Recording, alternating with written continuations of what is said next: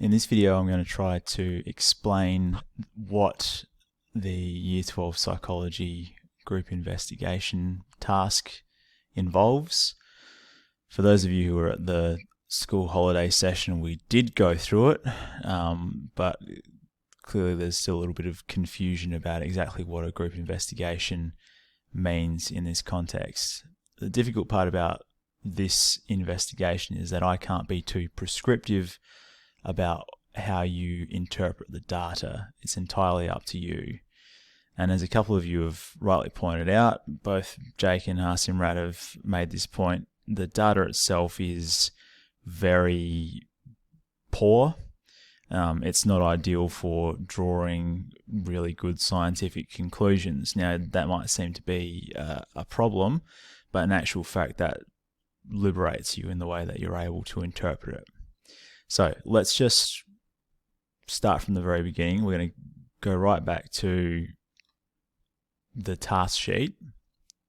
If you go to your assessment tab in this semester of psychology, you'll see that the only assessment task that's open there is the group investigation, which at this stage is the final is due on the 30th of July.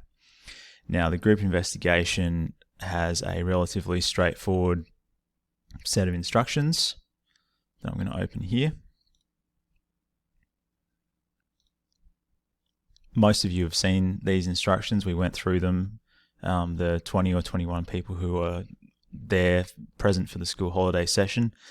The instructions are really quite simple in the grand scheme of things. The hardest part about this is getting your head around what the research process was. Now, we've all been involved to a greater or lesser extent in the research process, but I've outlined there step by step what we've done in our efforts to gather data.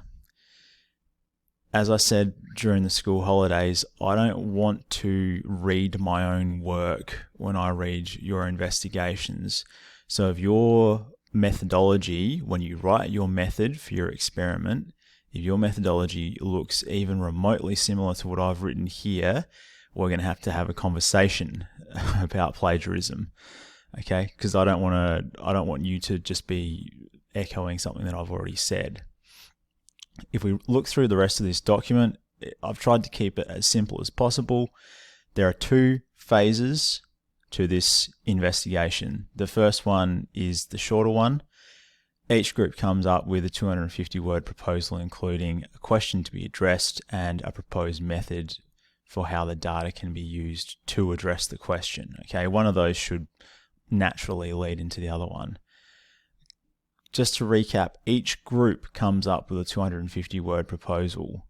I saw some comments in some of the group discussions about, does that mean we have to do 1,250 or 1,500 words between us? No. Each group comes up with a 250-word proposal. This is why I'm surprised that this has taken so long, because it is really quite a simple and short task. You send your proposal to me. I got a very friendly message from Jake Garrett last night, and I'm going to look over his group's proposal and send that back to them with any constructive feedback. And exactly what a proposal looks like is something that I'll go through in a second. You send it to me, I give it the okay, or more likely I make some suggestions for how your handling of the data can be improved. I send it back to you, and then the group phase of the project is finished and you move on to the individual phase, which you can see here. The individual phase involves each one of you on your own preparing a report. The report can take any form that you want it to, but I would fairly strongly recommend just sticking to a bog standard black and white written report with some Excel generated spreadsheets and tables and so on in it. Don't get too fancy, get the basics right. That's my recommendation, unless you're really confident in your abilities. I've called it here a group investigation report, but this is the whole thing. The 1,500 word thing is your individual report. Please remember this. I've called it the group investigation to distinguish it from an individual investigation that we'll be doing later on in the term. These are the two externally marked components of stage 2 psychology, and each of them makes up 15% of your final grade. There's nothing I can do to change either the terminology or the makeup of those assessments. They should include, or probably should include, because again I'm not going to be too prescriptive about this, they probably should include an introduction, some sort of representation of the data, an evaluation of the data, a discussion of what the outcome of the data was as well, also a discussion of research ethics, which will be a point of interest for some of you. I would add in there, I haven't got it here, but it's also a good idea, in fact I would say it's almost essential to have a critical discussion of research methodology, because some of the more perceptive amongst you have pointed out that the methodology is quite flawed for this piece of research. Finally, it should have a conclusion where you make a few further comments on the methodology, specifically outlining how you would improve it if you were to do the same piece of research again.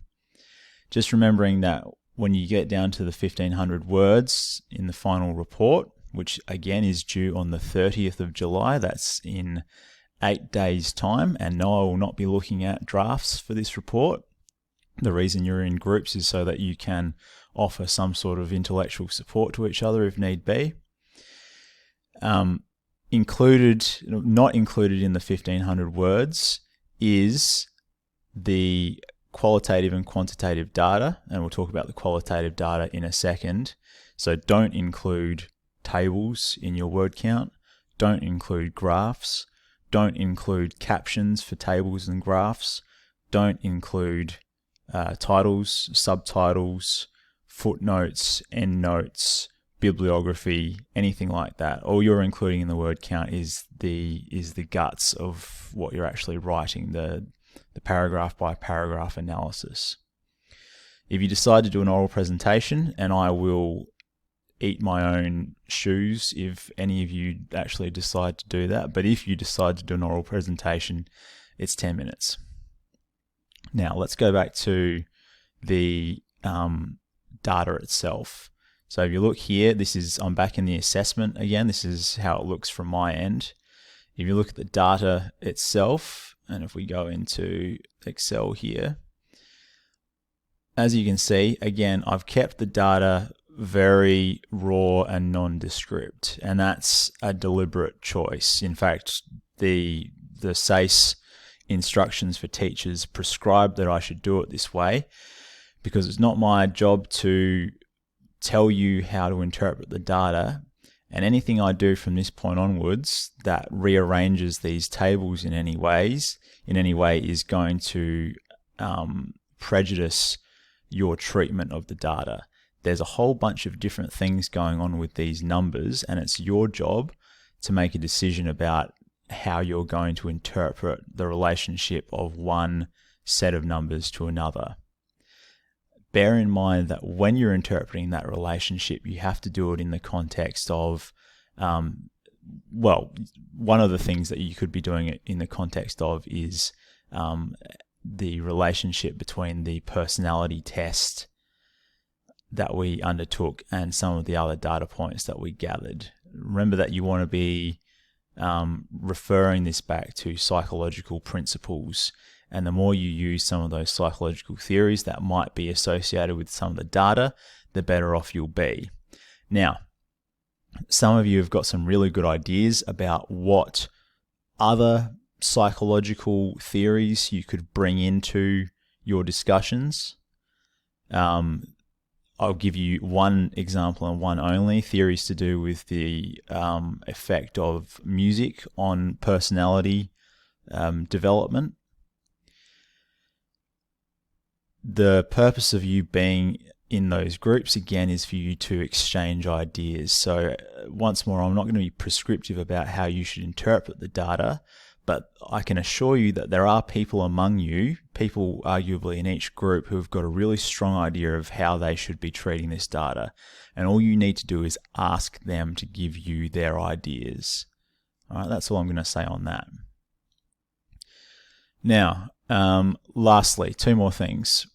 the forums that I have set up for you, some of you expressed some confusion about the purposes of the forums. There were 4 forums. Each of them had 5 or 6 people in them. They were named blue, yellow, red, and green. Some of the forums have been properly sort of used. There's a number of different messages in this one. For example, this is the green group. There's a number of different messages in the red group, although several of them are a bit off topic. The idea behind these forums, and I was fairly explicit when I mentioned them and established them during the school holiday session, these forums are a way of gathering qualitative data. Okay, so you are the participants in those investigations, that data gathering exercise to do with the quantitative data, where you looked at your performance on various tests with and without the presence of various different genres of music. You got some raw numbers out of that experience. And now in these forums, you've been invited to discuss your opinions about music preference, openness, and intelligence. And some of the qualitative data that you're generating through your discussions in response to these questions is going to be usable in your final group reports. By the time you go to watch this video, these forums will have also been turned into a document and posted in the assessment task with everything else. Okay, so that's your one-stop shop. Everything you need is there.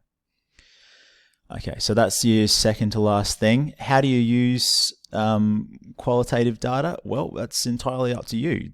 I've seen qualitative data used very well, and more often I've seen it used very poorly, so good luck. All right, just by way of a little side trip, and I'm mindful of the time limit on this video, everything I do and say and teach comes from somewhere. All right, you too, and I'm empowering you here, you too can access information on the SACE website. All right, none of this needs to be mysterious. You have the power of Google at your fingertips. You can look everything up that I've looked up. Now, the very last thing we need to look at, I'm just going to show you a couple of examples of the group and individual investigations, okay? Oh, just quickly, before we do that, you'll see that there is a set of criteria for the group investigation here. You'll see that the criteria partly are to do with the details of your investigation proposal. So a little bit of the final mark will be based on that, but mostly it will be marked based on your individual investigation. All right, so if we go back to this one here, what's happened?